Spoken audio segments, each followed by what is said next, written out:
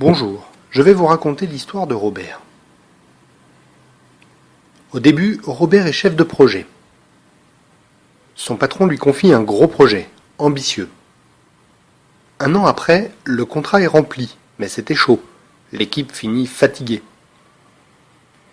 Problème, le client n'est pas content, car la planification initiale n'est pas très adaptable. Faut toujours tout négocier, c'est lourd. Robert et son client découpent le projet suivant en lots.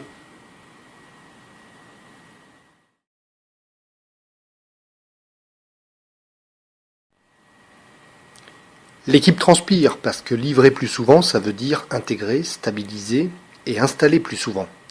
Problème, le client n'est pas content. Certaines fonctionnalités doivent être largement modifiées, voire totalement refaites pour certaines. Pas facile de viser juste du premier coup. C'est à cette époque que Robert devient manager. Désormais, il encadre 3 équipes de développement, ainsi qu'une équipe de TMA qui gère les applications en maintenance. C'est aussi le moment où Robert et ses équipes découvrent l'agilité, ou plus précisément Scrum. Tous les clients ne parlent que de ça, et le patron en veut pour tous ses projets. Après quelques tâtonnements, l'approche itérative fonctionne bien, et même de mieux en mieux. Mais plusieurs sprints plus tard, catastrophe. La vélocité des 3 équipes s'écroule et une équipe est même obligée d'avorter un sprint complet. Le message du patron est clair, si c'est l'agilité ou Scrum qui pose problème, on jette. Les équipes sont engluées dans les anomalies et les régressions. Même l'équipe de maintenance, alors qu'elle n'utilise pas Scrum. Robert et ses équipes comprennent que le problème vient de la non-qualité des applications. En fait, elle a toujours existé.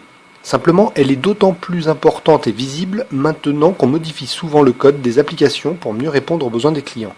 La non-qualité explose, c'est un cercle vicieux.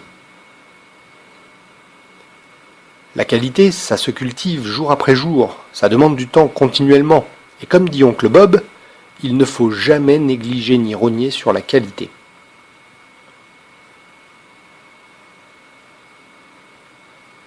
Des pratiques de qualité, il en existe plein. Problème, qui connaît ces pratiques? Est-ce qu'on doit former nos équipes ou est-ce qu'on doit recruter des experts? Et surtout, qui va payer pour tout ça? Réponse du patron, aucun budget pour ça. Le moral des troupes est à 0. Robert découvre qu'il y a pire que la non-qualité, la démotivation des collaborateurs. Comme le dit Vinette Nayar, directeur général de HCL Technologies, les employés d'abord. Comment imaginer améliorer la situation et satisfaire les clients si les employés ne sont pas heureux? Et c'est finalement en se concentrant sur la motivation de ses collaborateurs que Robert et ses équipes ont réussi à se sortir de cette situation délicate. Voici comment. Il y a quelque chose qui empêche toute amélioration de la situation. C'est l'affectation à 100% des individus sur des tâches planifiées et donc plus ou moins soumises à engagement. En conséquence, plusieurs décisions sont prises. Tout d'abord, l'entreprise ne planifie ni ne s'engage plus sur la totalité de la capacité de ses équipes.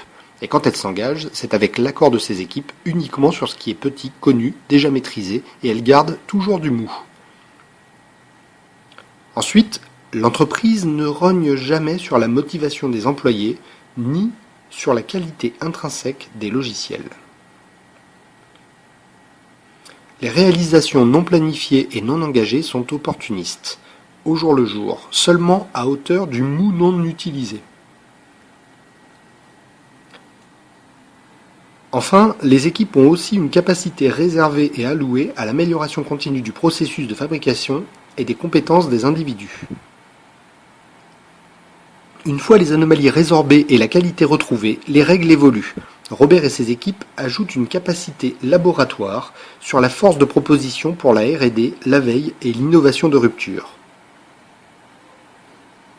C'est ainsi que s'achève l'histoire de Robert, ou plutôt non, c'est ainsi que commence sa nouvelle vie, car on n'a jamais fini de s'améliorer, du moins si on en prend le temps. Merci.